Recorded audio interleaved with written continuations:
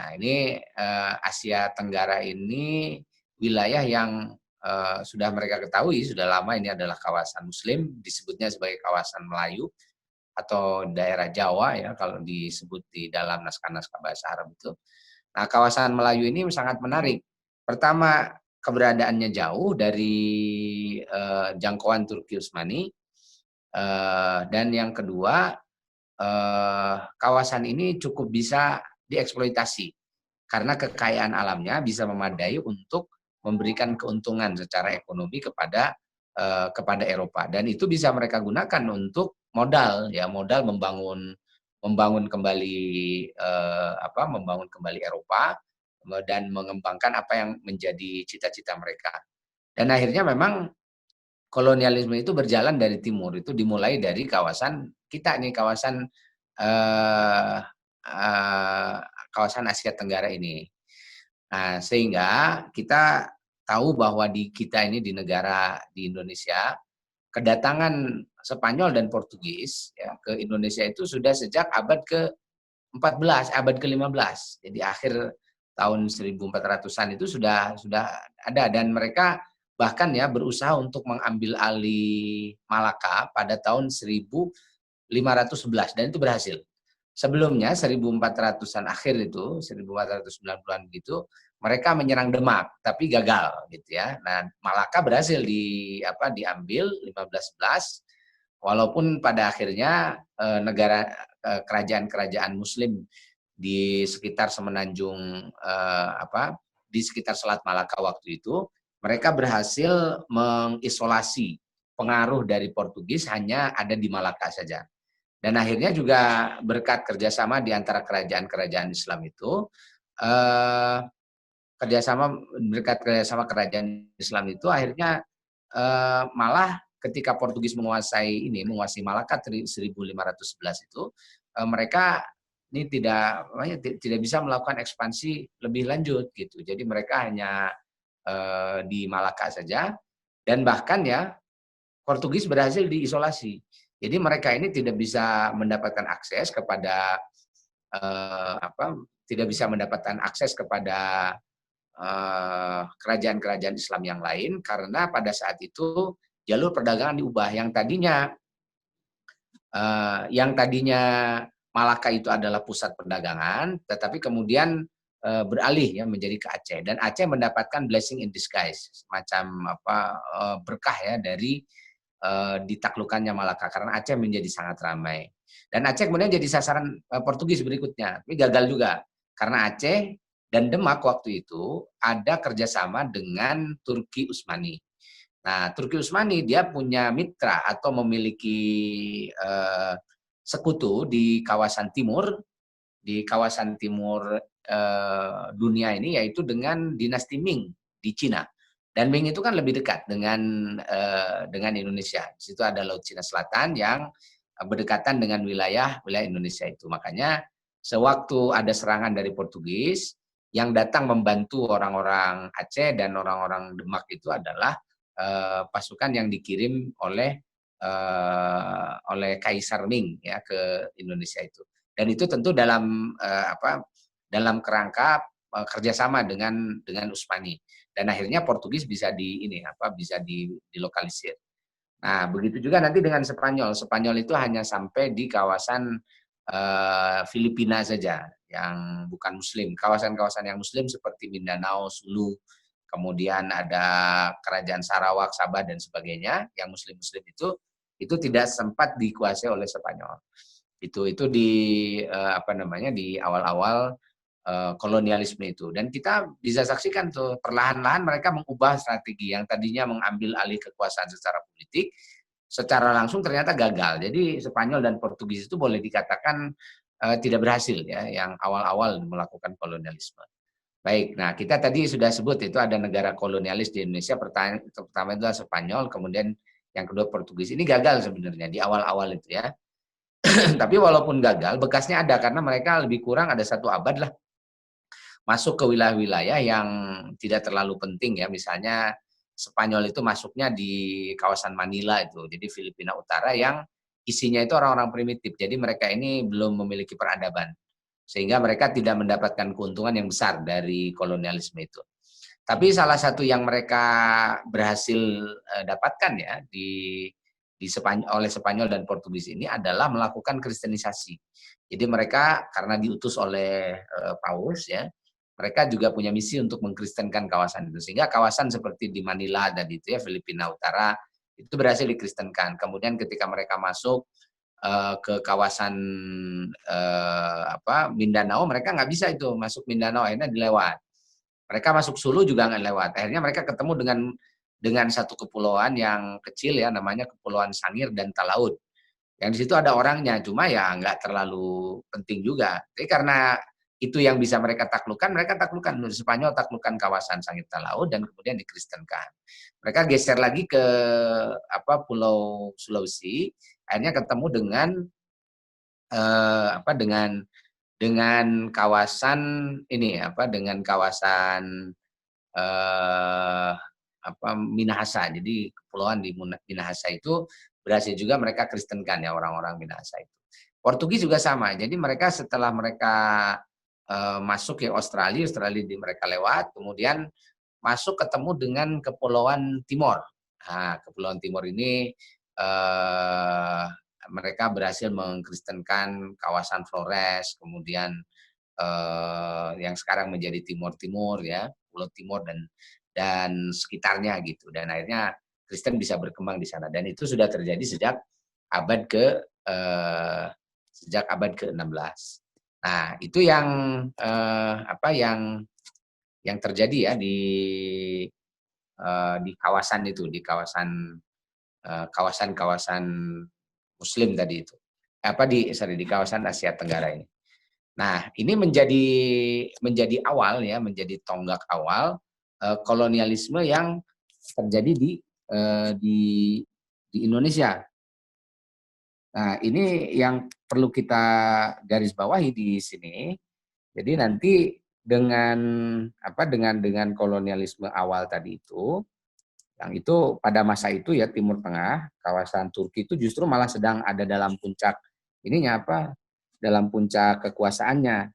Di Indonesia malah ketika di kawasan Timur Tengah, kemudian di kawasan Turki yang dikuasai Turki secara langsung itu sedang ada dalam puncak kejayaan, justru Indonesia ini mulai masuk ya pengaruh dari kolonialisme itu. Dan salah satu misi mereka yaitu gospel itu cukup berhasil, walaupun gold dan glory-nya yang menikmati belum Spanyol dan Portugis. Jadi mereka ini masih gagal ya untuk mendapatkan ekonomi dan kekuasaan politik itu. Nah, lalu apa yang selanjutnya terjadi? Nah, yang selanjutnya nanti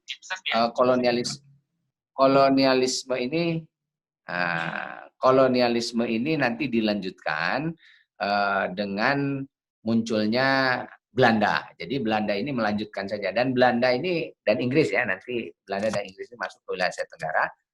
Nah, mereka nanti melakukan strategi yang agak berbeda dengan apa yang dilakukan oleh Spanyol dan Portugis. Jadi Spanyol Portugis itu langsung mengkristenkan wilayah, menguasai gitu. Nah, kalau Belanda enggak, Belanda dan Inggris mereka agak sedikit main strategi. Jadi mereka itu masuk mula-mula bukan dalam politik, tetapi dalam perdagangan. Maka Belanda itu mendirikan namanya VOC, Verenigde van Oost-Indische Compagnie. Itu pada abad ke-17. Dia didirikan 20 Maret 1602. Nanti bubarnya tahun 1799. Jadi ini lama sekali. Dia hampir 2 abad lah. 2 abad kurang 3 tahun nanti ya. Kurang 2 tahun itu berdirinya VOC itu. Nah, VOC ini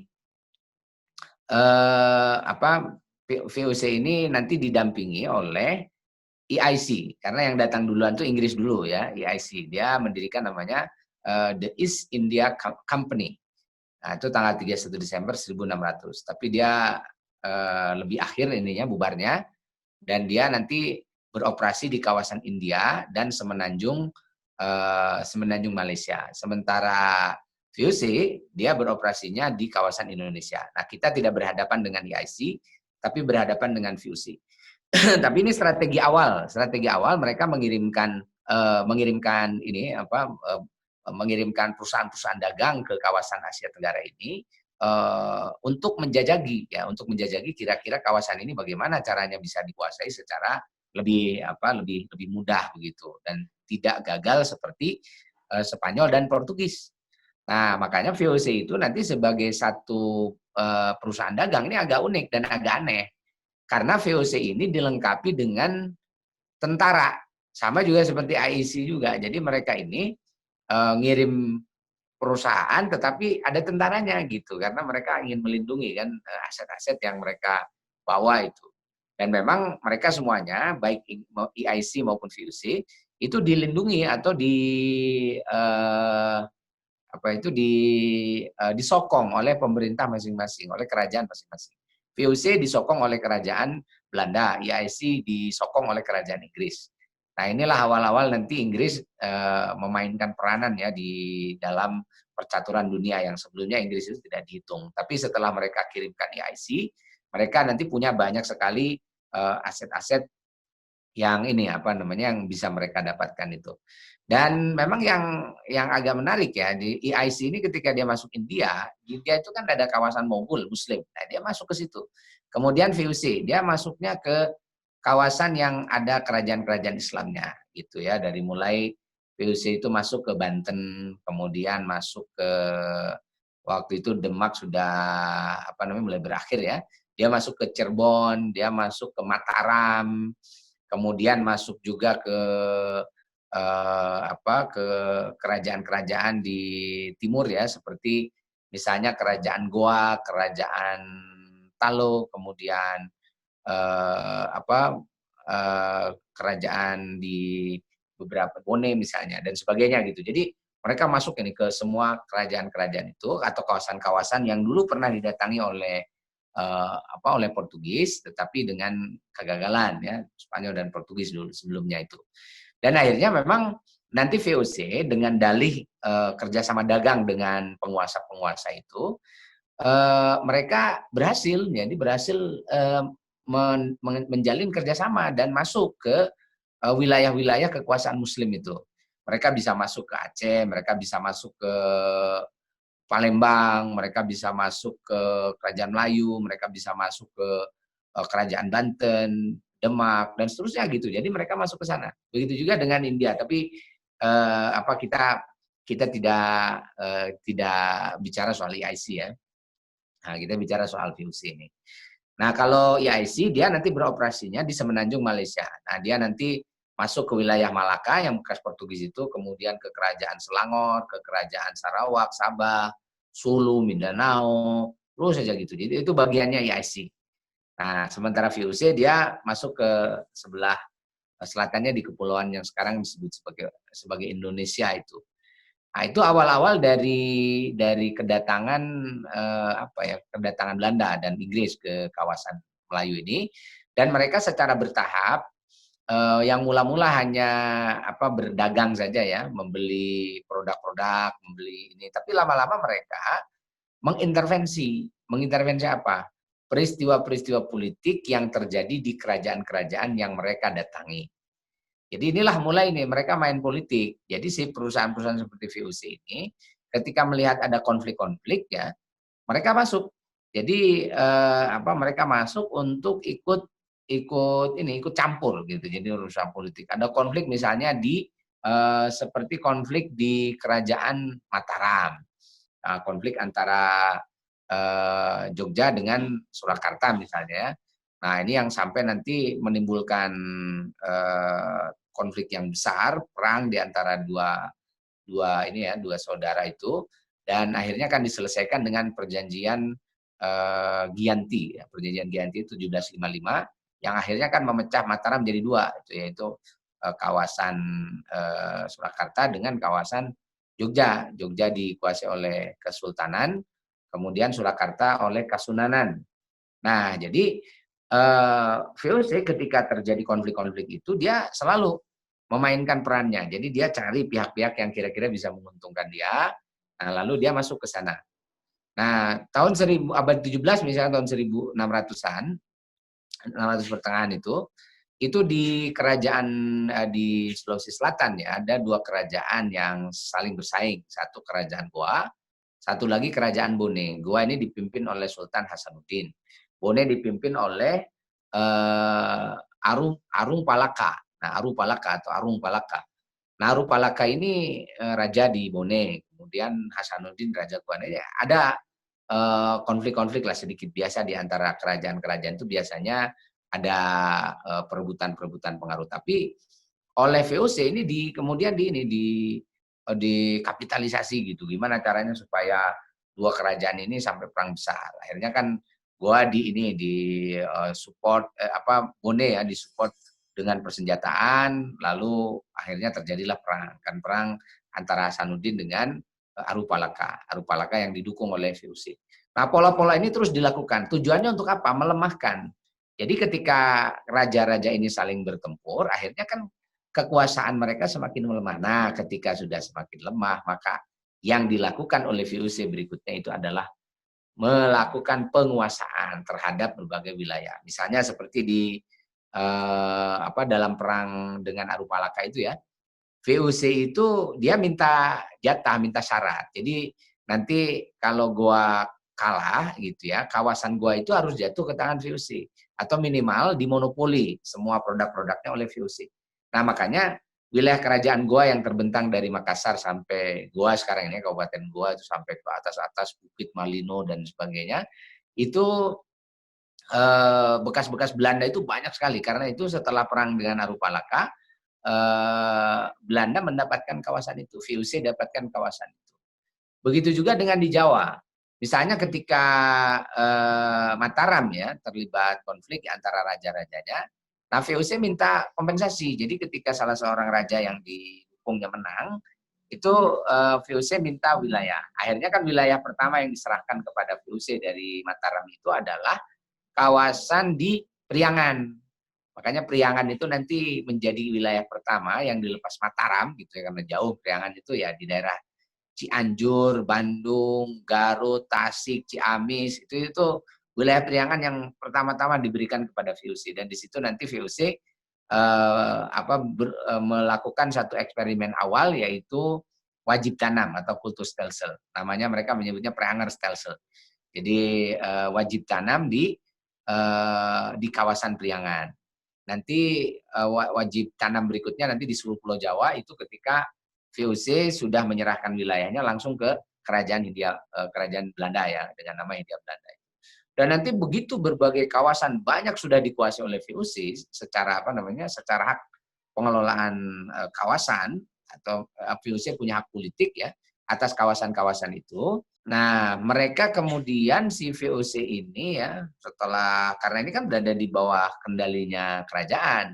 Setelah dilihat VOC-nya ini semakin lemah, tidak bisa diandalkan, akhirnya VOC dibubarkan 31 Desember 1799 dan seluruh wilayah VOC yang sudah berhasil, ya mungkin sekarang setengahnya lah dari kawasan Indonesia itu sudah berada di tangannya VOC, akhirnya diserahkan kepada siapa? Kepada langsung kerajaan Belanda.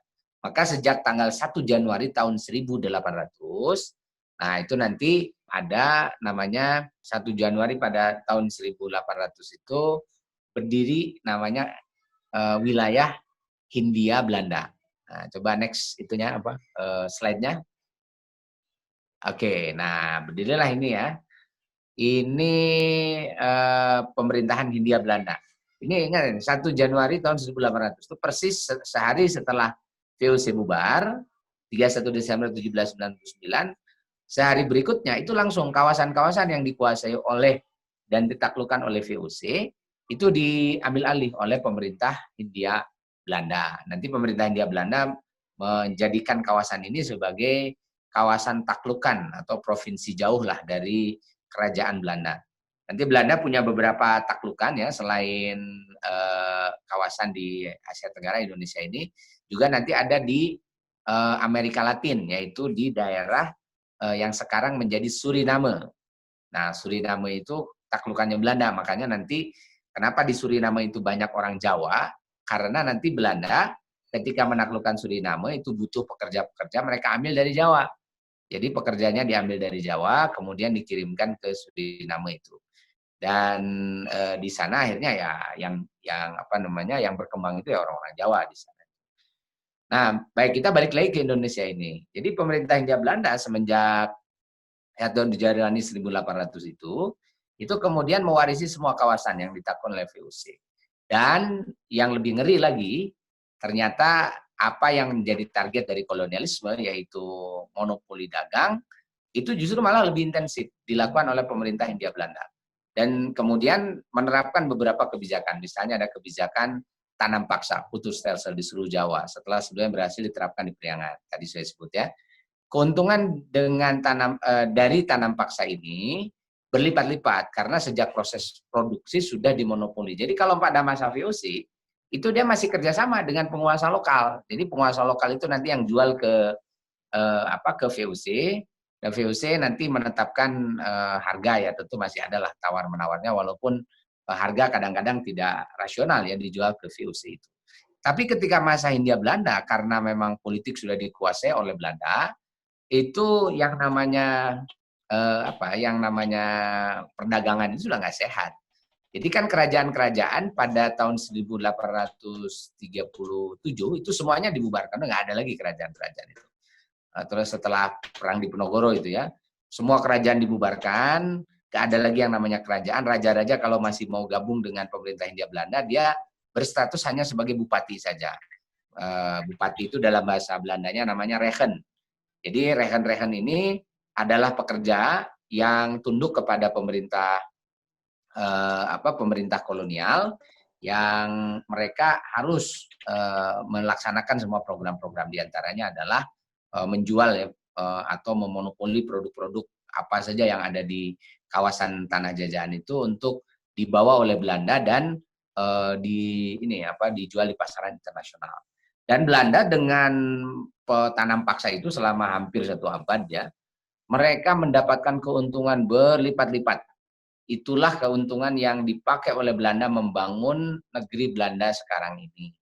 Makanya nanti ada komisi jasa-jasa baik gitu ya, karena kalau dihitung eh, sebagai kejahatan perang ya saya kira mereka ini sudah mengeruk keuntungan yang sangat luar biasa ini dari Indonesia ini. Kan Belanda itu dikenal sebagai kota yang damnya sangat banyak ya. Dam-dam itu dibangunnya dengan duit dari hasil tanam paksa. Kemudian mereka juga membangun kota, membangun apa, punya macam-macam. Belanda itu kaya raya itu setelah melakukan kolonialisme di Indonesia itu. Nah, pada saat yang sama terjadi hal yang berkebalikan di Indonesia. Masyarakat Indonesia yang mayoritas Muslim itu karena hampir semua kekayaan mereka itu diangkut ke negeri Belanda, akhirnya terjadilah kemiskinan massal pada abad ke-19. Jadi kalau dalam penelitiannya Clifford Geertz ya, dalam bukunya Involusi Pertanian, jadi Clifford Geertz menyimpulkan bahwa pada abad ke-19 itu ketika Hindia Belanda menguasai kawasan Indonesia, itu terjadi penurunan pendapatan yang sangat drastis, yang sangat signifikan dari para petani di Indonesia. Dan petani itu kan mayoritas Muslim. Petani-petani yang tadinya mereka bisa mencukupi hidup mereka, bisa menabung, bisa bikin macam-macam, pada masa pemerintah Hindia Belanda itu mereka gak bisa ngapa-ngapain. Mereka hanya bisa bertahan hidup saja. Jadi cuma bisa makan, sehingga kemiskinan itu merata di mana-mana. Dan inilah kenapa pada abad ke-19 itu masyarakat itu mudah sekali dipicu untuk melakukan perlawanan terhadap pemerintah kolonial. Karena memang zalimnya sudah berlebihan. Kalau pada masa-masa sebelumnya yang namanya perang-perang itu adalah antar elit, kerajaan dengan kerajaan, kerajaan dengan pemerintah dengan VOC misalnya gitu. Tapi pada abad ke-19 itu perlawanan-perlawanan, nanti kita lihat ya, perlawanan-perlawanan itu bersifat massal. Jadi dari masyarakat yang melawan pemerintah kolonial itu. Nah, sementara raja-raja yang kemudian diangkat menjadi bupati itu dipelihara oleh Belanda adalah dengan cara mereka diselamatkan dari kemiskinan itu. Jadi raja-rajanya sih dipiara ini oleh Belanda. Mereka diberi yang disebut dengan kultur prosenten. Jadi dari proses tanam paksa itu nanti ada jatah untuk para raja, untuk para abdi-abdi dalam dan sebagainya. Sehingga terjadi gap ya antara para pejabat dengan rakyatnya, dan itulah rakyat kemudian juga udah nggak percaya lagi dengan para pejabat, dan sehingga nanti perlawanan-perlawanan itu sudah bukan lagi digerakkan oleh para pejabat, melainkan nanti digerakkan oleh pemimpin-pemimpin swasta lah kan itu ya, pemimpin masyarakat yang nanti kita lihat nih perannya umat Islam itu ada di mana dalam konteks ini. Dan ini yang saya kira penting ya untuk difahami sebagai konteks bagaimana nanti kita melihat usaha-usaha umat Islam itu untuk memperjuangkan nasib mereka, nasib rakyat itu. Baik, nah kita lihat ini ya, siapa yang bermain nih dengan para penjajah ini ya. Jadi yang nanti menjadi bagian dari kolonialisme, mereka ini dibiayai oleh pemerintah kolonial, itu ada beberapa kelompok di Indonesia, sehingga kita lihat bahwa elit masyarakat pribumi waktu itu sudah banyak dikuasai. Pertama yang menjadi kaki tangan dari pemerintah kolonial Belanda itu adalah para misionaris. Para misionaris ini adalah orang-orang Belanda mula-mula, orang-orang Eropa lah, ada orang Belanda, orang Jerman, ada dari mana-mana dari Eropa itu nanti dibawa oleh pemerintah kolonial, karena memang kan pemerintah Belanda ini mereka juga punya misi, selain tadi misi ekonomi dan misi politik, mereka juga ada misi agama. Nah, misi agama ini betul-betul diperankan dengan baik, yaitu dengan membiayai para misionaris. Saya kira kalau kita lihat catatan sejarah ya, tidak ada misionarisme yang tidak dibiayai oleh pemerintah Hindia Belanda. Ini semuanya dibiayai pemerintah Hindia Belanda. Nah, sehingga para misionaris ini, yang mereka ini rata-rata adalah orang-orang asing, itu bekerja untuk apa? Untuk kepentingan para penjajah. Jadi mereka ini tidak melakukan perlawanan, karena gimana melakukan perlawanan, orang mereka dibiayai kok sama Belanda ini. Tapi kenyataan ini yang sering yang dalam sejarah Kristen itu sering ditutup-tutupi, atau kalaupun mereka menceritakan, mereka hanya menyebut bahwa mereka ini sedang melakukan ini aja pencerahan lah kan gitu ya kepada masyarakat pribumi supaya mereka ini selamat gitu. Jadi sebenarnya bahasanya ya sama aja lah gitu. Intinya mereka ini melakukan kristenisasi gitu. Terus yang kedua, kaki tangan para penjajah itu adalah birokrasi kolonial dari bangsawan pribumi. Itu yang tadi jadi bupati-bupati, di bawahnya ada tumenggung, ada Wedana, ada Demang, ada centeng-centeng dan sebagainya. Itu yang mereka nanti menjadi operator. Operator apa? Operator tanam paksa kultus stelsel. Dan mereka juga yang menarik pajak-pajak dari pribumi selain kultus stelsel tadi itu, yang mereka gunakan untuk operasional pemerintahan. Dan mereka bertahan untuk itu karena memang mereka nggak bisa hidup kalau nggak begitu. Jadi akhirnya para bangsawan di pribumi itu abad ke-19 itu adalah bangsawan yang tidak kritis. Mereka ini hidup ya begitulah di bawah telunjuknya di bawah telunjuknya Belanda, dan mereka kan memang kelihatannya sudah tidak punya nyali untuk menghadapi pemerintah kolonial itu. Jadi mereka sudah tidak berani menghadapi kaum kolonial. Walaupun kalau di dalam beberapa catatan ya, sejarah para bangsawan atau menak ini, mereka katanya sih ya mereka kan menyelamatkan kaum pribumi supaya mereka orang-orang pribumi ini tidak terlalu dieksploitasi oleh Belanda lah, macam-macam lah ini alasannya. Tapi intinya sebenarnya mereka nggak berani ngelawan kolonial itu, dan mereka ya terpaksa harus menjadi anak buah, jadi kacungnya para penjajah. Kemudian yang ketiga, itu yang nanti menjadi antek-antek dari kaum kolonial itu adalah para pengusaha Cina yang dimanfaatkan oleh Belanda sebagai trader barang-barang non-kultur seperti candu dan lainnya. Jadi orang-orang Cina itu diberi fasilitas khusus. Jadi sejak zaman Belanda, kenapa Cina ini kok eksis ya di Indonesia ini? Karena memang pada masa lalu ya sejak zaman VOC itu dia punya partner. Kalau dengan pedagang-pedagang pribumi itu mereka para pedagang pribumi yang muslim-muslim itu susah diajak kerjasama. Tapi ketika datang para pedagang Cina, orang Cina ini sebagian besar itu bisa diajak kerjasama oleh VOC dan banyak yang yang pengusaha-pengusaha Cina itu yang memberikan keuntungan. Jadi dalam hal ini ya Cina ini atau para pedagang Cina ini diberi peran ya untuk menjadi kaki tangan bisnisnya VOC dan kemudian pemerintah Hindia Belanda dalam atau dalam produk-produk yang non kultur stelsel itu.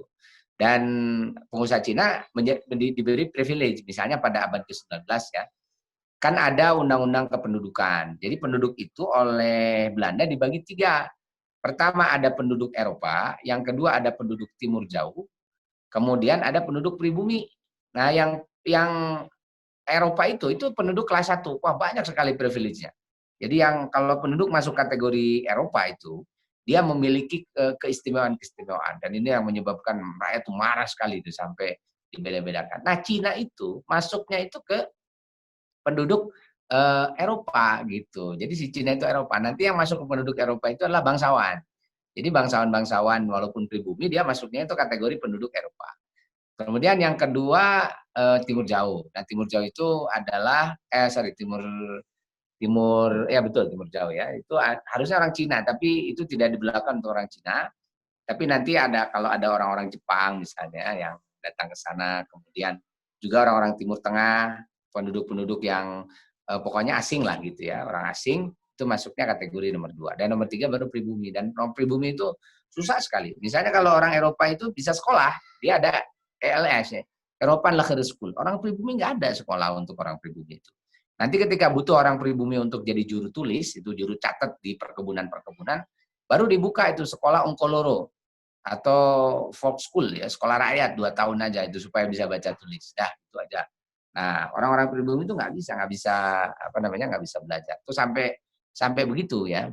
Dan sejak zaman VOC itu pengusaha-pengusaha Cina itu ya punya kekhasan-kekhasan di Indonesia itu. Nah, sampai nanti kenapa banyak gelombang anti Cina di Indonesia, misalnya 1744. Itu di Solo itu ada penghancuran toko-toko miliknya orang-orang Cina, karena mereka sudah sangat bahasa Betawi itu empat betul itu dengan orang Cina yang diberi privilege oleh VOC kan gitu. Dan itu nanti dilindungi oleh penguasa zaman itu. Dan itu kan terus berlangsung. Itu sampai sekarang ya berlangsung begitu itu keistimewaan-keistimewaan yang didapat oleh para pengusaha Cina itu. Nah, yang berikutnya ini setelah perang di Penogoro, orang-orang Belanda itu merasa bahwa mereka ini harus punya tentara gitu. Tapi anehnya kan gini, tentara itu biasanya digunakan untuk pertahanan. Pertahanan itu artinya gini, kalau ada musuh dari luar, itu dipakai tentara gitu. Jadi tentara ini nanti digunakan kalau ada perang dengan kerajaan lain dan sebagainya gitu. Kan di kita juga gitu, ada polisi, ada tentara. Jadi polisi itu untuk kalau ada kriminal-kriminal, itu nanti ada sendiri polisi itu pamong praja ya. Nah, tapi orang-orang Belanda ini lucu, mereka bikin tentara, namanya Kenil ya. Koninklijk Nederland Indisch Leger. Ini tentaranya orang-orang Belanda ya. Nah, ini mereka mengambil orang-orang pribumi. Jadi ada orang Madura, ada orang Batak, ada orang Bali, mana-mana sajalah yang mau masuk di Kenil ini. Tapi yang mereka hadapi, tentara-tentara pribumi, nggak menghadapi orang asing, tapi menghadapi saudaranya sendiri. Kalau ada pemberontakan-pemberontakan itu seperti yang terjadi misalnya di Aceh ya, mereka nanti perang dengan orang Aceh. Kemudian di Sumatera Barat perang dengan orang-orang Bojol misalnya ya. Kemudian di perang Padri itu. Dan di mana-mana itu yang dipakai Kenil. Jadi lucu juga ini tentara ini malah digunakan untuk menghabisi pemberontakan-pemberontakan dari kalangan pribumi sendiri. Itu udah kelihatan betul. Jadi orang-orang Belanda ini nggak mau banyak korban ya, yang dikorbankan ya orang-orang pribumi sendiri. Mereka dibayar. Kemudian preman-preman atau centeng bayaran yang bekerja untuk kaum kolonial. Nah, itu diantara kenapa ya penjajahan itu kok bisa agak lama di Indonesia itu, lama sekali. ya bisa ratusan tahun kan. Apalagi seperti di Batavia itu kan 350 tahun. Di Ambon itu lebih dari 300 tahun juga. Di kawasan lain memang beragam ya, ada yang cuma beberapa puluh tahun ya seperti Aceh, ada yang 100 tahun dan seterusnya gitu. Jadi beda-beda ininya apa tahun-tahunnya, tetapi memang ini lama sekali kolonialisme di Indonesia itu, termasuk kategori yang cukup melelahkan, dan ini menjadi sejarah yang kelam bagi sejarah kawasan di Asia Tenggara ini. Itu berbeda dengan kawasan Timur Tengah yang ya kolonialismenya sambil lewat aja, tidak seperti dalam pengertian di Indonesia betul-betul dikuasai. Kalau Timur Tengah itu nanti dikembalikan lagi ke orang-orang Timur Tengahnya sendiri, karena beda cerita penjajahannya. Nah, itu kira-kira begitu ya, kolonialisme yang nanti bisa bercokol lama itu karena memang para orang-orang pribuminya sendiri banyak yang bermain ya di situ. Baik, nah kita sudah sekarang mulai bicara soal apa yang dilakukan oleh umat Islam ya. Karena memang kalau bicara perlawanan itu akhirnya kalau dilihat tadi petanya ya, siapa yang mendukung pemerintah kolonial, itu kelihatannya sih nggak ada selain umat Islam. Sekarang gini, pemimpinnya umat Islam kan, memang umat Islam mayoritas lah di Indonesia itu. Kemudian para pemimpin yang Islam itu sudah dikooptasi oleh pemimpin resmi ya, sudah dikooptasi oleh Belanda. Kemudian yang lain-lain tadi itu sudah dikooptasi semua ya. Tinggal sekarang di masyarakat itu tersisa satu kepemimpinan informal yang efektif, dan ini menjadi tumpuan terakhir masyarakat. Siapa mereka? Mereka ini adalah para kiai. Jadi para kiai itu di tengah-tengah masyarakat, mereka menjadi ini, menjadi tumpuan harapan kepemimpinan ya rakyat untuk menghadapi kolonialisme itu.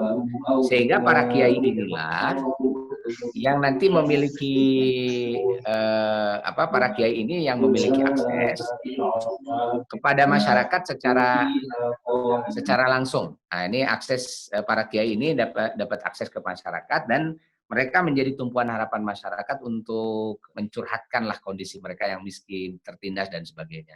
Akhirnya para kiai inilah yang menampung ya keluh kesah mereka, dan akhirnya ketika para kiai ini ketemu dengan beberapa tokoh seperti dengan Pangeran Diponegoro, Pangeran Antasari, kalau lihat dari nama-namanya mereka ini adalah anak-anak bangsawan, cuma ini anak bangsawan yang beling kata orang Jawa itu ya.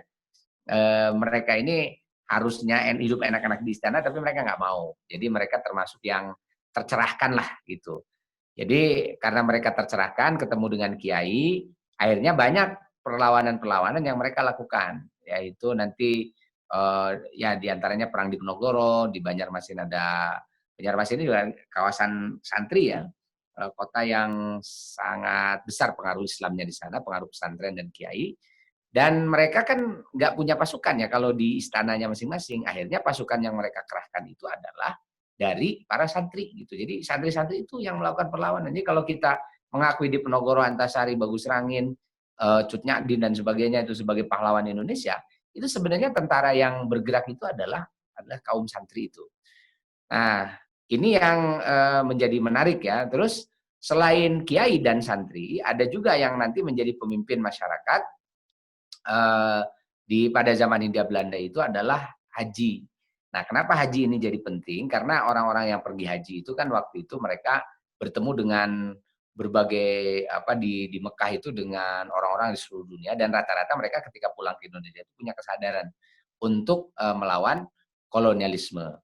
Nah, kemudian ada cendekiawan Muslim, didikan Belanda yang menyadari tugas. Nah, jadi gini, cendekiawan Muslim ini mereka adalah anak-anak pejabat, biasanya pegawai rendah, tapi diberikan kesempatan untuk sekolah karena ingin dimanfaatkan nanti oleh pemerintah Belanda, misalnya untuk jadi dokter, untuk jadi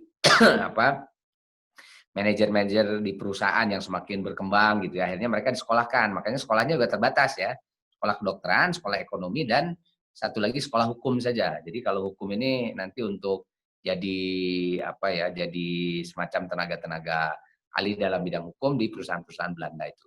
Tapi sebagian mereka yang dididik oleh Belanda itu ada juga yang punya yang punya kesadaran untuk melakukan perlawanan. Sehingga nanti dari mereka lah, nah ini sumber-sumber perlawanan itu muncul. Jadi kalau tadi di abad ke-19, perlawanan-perlawanan itu sifatnya militeristik ya. Misalnya Pangeran Diponegoro, eh, Pangeran Diponegoro, kemudian Banjar Antasari, perlawanan Aceh, kemudian Imam Bonjol dan sebagainya. Itu sifatnya adalah perlawanan militer karena memang di awal-awal itu kan sebagaimana pada masa lalu ya, kalau ada kooptasi dari orang-orang asing yang digerakkan itu masyarakat secara militer untuk melakukan jihad fisabilillah. Dan di mana-mana perlawanan itu mesti jihad. Cuma kan karena sifatnya sporadis itu kurang efektif. Nah, oleh kalangan intelektual, haji-haji dan para ini ya, intelektual muslim yang didikan Belanda tadi itu mulai difikirkan. Mereka kayaknya harus berpikir tentang satu pola yang baru ya, pola yang tidak melakukan perlawanan militer karena tidak efektif. Nah, akhirnya mereka bertemu dengan berbagai gagasan.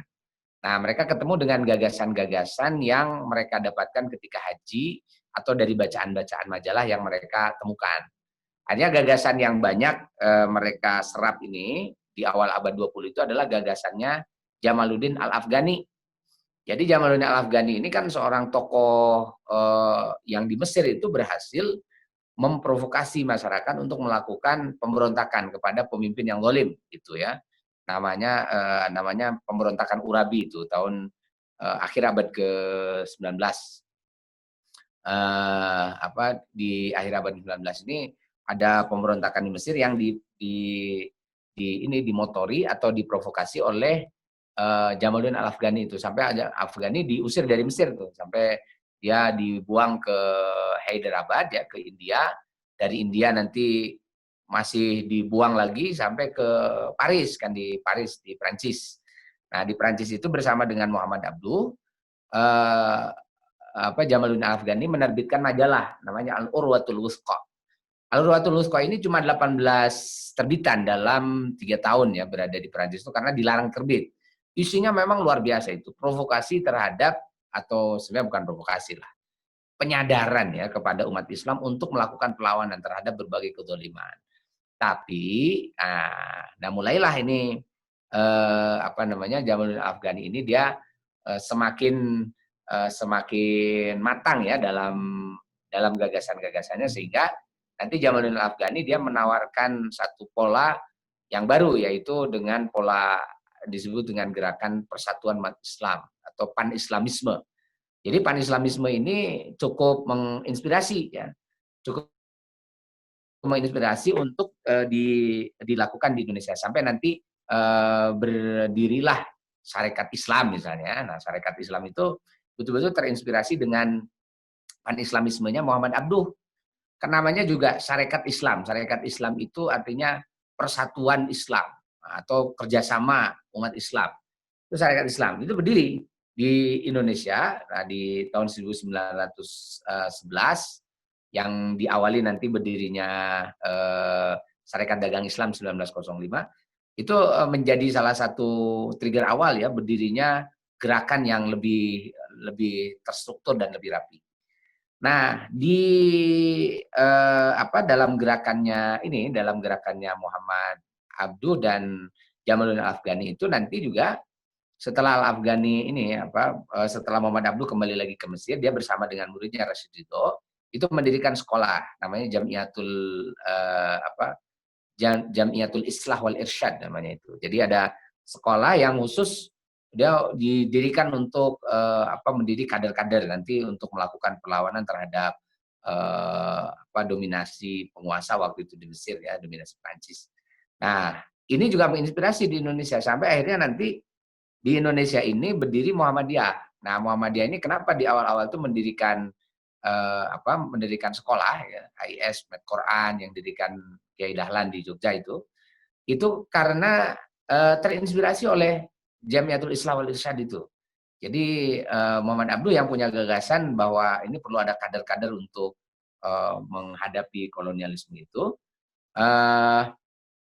Untuk menghadapi kolonialisme itu akhirnya mendirikan lembaga pendidikan ini. Dan nanti juga di awal-awal kemerdekaan itu muncul juga ini gerakan perlawanan melalui majalah-majalah, dan itu seperti diterbitkan oleh Syarikat Islam ya. Syarikat Islam itu ada terbitannya sejak awal, dan itu dalam terbitan-terbitannya Syarikat Islam namanya Majalah Al-Islam kalau nggak salah ya. Eh, itu isinya itu adalah semangat atau artikel-artikel yang menyemangati supaya orang Indonesia itu dia mau bangkit untuk melawan penjajah gitu. Nah, dari majalah-majalah semacam ini muncul tuh semangat untuk melawan. Bahkan kalau boleh dikatakan ya, ketika di awal abad 20 itu ada semangat umat Islam atau orang Indonesia ini untuk merdeka, itu diawali dengan tulisan-tulisan Syarikat Islam pada tahun 1913 itu tentang berpemerintahan sendiri. Wah, ini luar biasa provokatif. Makanya Syarikat Islam itu dikejar-kejar sama pemerintah kolonial tuh, karena dia dianggap makar, dia dianggap memprovokasi masyarakat untuk tidak taat kepada pemerintah itu. Nah, dari 1916 ini, 1913 ya, yang terbit di majalah majalahnya Syarikat Islam, itu nanti justru malah semakin kuat gitu, dan Syarikat Islam menjadi semakin diminati ya oleh masyarakat, didukung sampai ketika Kongres tahun 1916 itu jumlah orang yang ikut atau tercatat jumlah anggota Syarikat Islam itu ada 2 juta orang.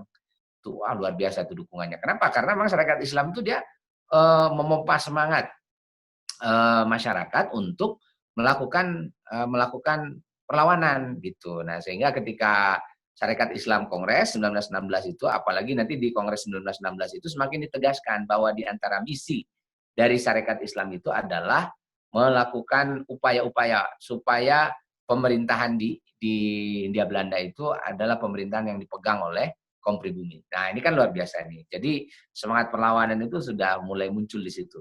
Tapi karena yang dilibatkan masyarakat secara langsung, inilah yang nanti akan menyulitkan pemerintah kolonial. Karena pemerintah Belanda ini ketika dia dihadapkan itu adalah gerakan-gerakan militer yang sifatnya kecil, itu mudah kan dihadapi saja secara lokal oleh tentara-tentara. Bahkan dia sudah bikin kenil, sehingga dengan kenil itu cukup efektif ya memadamkan pemberontakan-pemberontakan. Tapi ketika yang muncul itu adalah perlawanan rakyat, keinginan rakyat untuk merdeka, itu agak susah gitu, karena rakyat bisa saja mogok, nggak ngasih tidak ngasih pajak segala macam, dan itu yang sangat sangat ditakutkan oleh pemerintah Belanda itu. Belum lagi nanti gerakan-gerakan ini juga mulai ada usaha untuk menggalang kekuatan ekonomi umat, kemudian menjalin kerjasama internasional dengan kawasan dunia Islam. Itu nanti masyarakat ini juga para pemimpinnya sudah mulai itu, mereka pintar untuk menyampaikan aspirasi itu di mimbar bebas, atau nanti ada di Dewan Rakyat ya, sampaikan protes-protes, tulisan-tulisan dalam bentuk sastra. Kan sastra di awal abad 20 itu ada namanya Angkatan Pujangga Baru ya. Nah, kemudian ada Angkatan Balai Pustaka. Nah, ini mereka ini menulis sastra yang isinya adalah perlawanan-perlawanan terhadap kolonialisme. Dan ini cukup mempengaruhi masyarakat dan menyulitkan ya pemerintah kolonial, sehingga pemerintah kolonial harus sudah akhirnya mereka berdamailah dengan situasi. Hanya misalnya ya tuntutan supaya ada sekolah itu diperluas, kemudian tuntutan supaya ada kredit untuk pengembangan ekonomi masyarakat dibuat, itu namanya politik etis, kemudian minta ada irigasi pengairan untuk sawah-sawah rakyat dipenuhi gitu. Jadi mau nggak mau ya pemerintah Hindia Belanda harus begitu. Tapi walaupun sudah dipenuhi begitu, semangat perlawanan itu semakin besar, semakin meninggi. Sampai nanti muncul bukan hanya dari kalangan Islam saja, tapi juga dari kalangan yang sekuler-sekuler itu juga mulai terpengaruh. Jadi semangat perlawanan itu mula-mula dari kalangan Islam dulu, itu bukan dari kalangan sekuler dulu. Baru setelah itu nanti ada dari ini ya, yang belajar di Belanda seperti dari Perhimpunan Indonesia, kemudian ada yang para pelajar dari Belanda ini, Perhimpunan Indonesia, dia sering berkomunikasi dengan mahasiswa yang berada di Mesir. Nah, maka ketika pulang ke Indonesia tahun 1926, 27 dan 28 itu mereka kemudian mengadakan kongres-kongres pemuda yang isinya itu adalah bagaimana mereka menegaskan nasionalisme Indonesia itu. Nah, sehingga ini kalau kita lihat bahwa bagaimana peran umat Islam itu menjadi sangat signifikan. Nah, ini di apa di awal abad di menjelang kemerdekaan itu, nah itu peran-peran dari umat Islam itu menjadi apa ya, menjadi sangat sangat penting ya, sangat sangat signifikan untuk memunculkan kesadaran. Baiklah, nah jadi di apa namanya, karena peran yang sangat serius tadi itu di dalam berusaha untuk menegakkan apa melawan kolonialisme, maka nanti di fase akhir menjelang kemerdekaan itu kita tahu bahwa yang merancang persiapan-persiapan kemerdekaan itu banyak dari kalangan umat Islam. Di BPUPK itu rata-rata adalah aktivis-aktivis Islam. Kalaupun mereka aktivis dari kalangan nasionalis, mereka juga beragama Islam. Walaupun nanti ada representasi dari Kristen, dari Hindu, dari Buddha, kemudian dari Katolik, itu ada dimasukkan di situ, dan representasi dari orang-orang Indonesia Timur.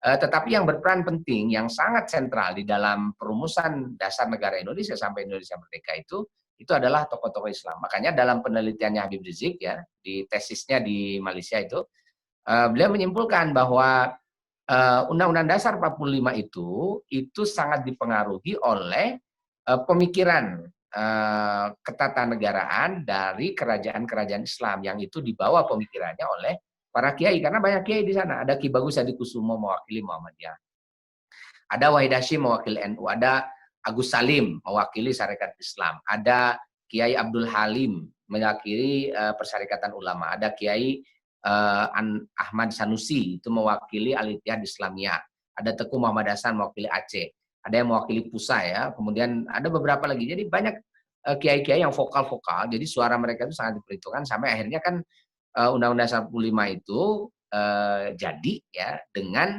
semangat dari umat Islam itu. Ini sebagai penanda yang sangat serius bahwa memang kemerdekaan itu sumbangan umat Islam sangat besar. Apalagi nanti ketika Indonesia kemudian merdeka gitu. Di 15 tahun pertama dari 45 sampai tahun 1960 itu yang mengisi kabinet-kabinet itu adalah intelektual-intelektual muslim, aktivis-aktivis muslim. Dari Masyumi, dari NU, dari SI itu sangat berperan di sana. Berkali-kali jadi Perdana Menteri, menjadi Wakil Perdana Menteri, Menteri-Menteri dan sebagainya. Nah, itu kan dalam situasi semacam itu apa umat Islam tuh kontribusinya sangat sangat jelas lah gitu. Nah, saya kira itu beberapa penjelasan ya mengenai apa mengenai peran umat Islam di dalam kemerdekaan Indonesia. Dan kalau menganggap bahwa Islam itu kecil perannya kemerdekaan Indonesia itu saya kira salah besar, bahwa justru aktor utama di dalam kemerdekaan Indonesia ini ada di tangannya umat Islam, terutama sejak perlawanan terhadap kolonialisme. Walaupun nanti orang-orang nasionalis di tengah jalan dia apa namanya ikut motong di tengah jalan gitu. Jadi seolah-olah mereka yang punya peran besar ya dalam kemerdekaan Indonesia ini.